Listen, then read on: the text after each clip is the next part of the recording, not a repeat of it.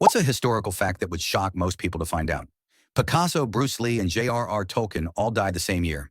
The Second Congo War, also known as Africa's World War, was the deadliest conflict since World War II, with over 5 million people killed. Most people have never heard of it, despite it ending in 2003.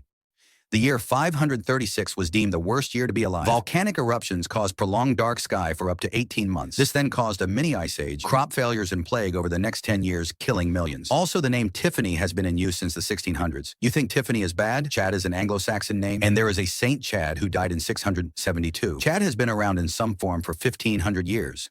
The Great Papago Escape. The Allies had prisoner of war camps for German soldiers. One of those camps was in Arizona. On the night of December 23, 1944, 25 Germans tunneled out of Camp Papago Park near Phoenix, Arizona, and fled into the surrounding desert. The German plan was to escape by rafts on a nearby river. They dragged their rafts with them and escaped into the desert, only to find the map was showing waterways that only existed during the monsoons. They had to walk back to the camp to avoid dying in the desert. Today, Papago Park is a popular tourist attraction, but there is no sign of the camp or tunnels.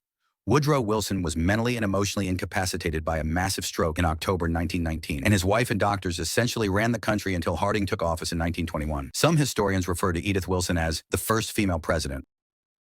We are closer to the time of the T-Rex than the T-Rex is to the time of the Stegosaurus.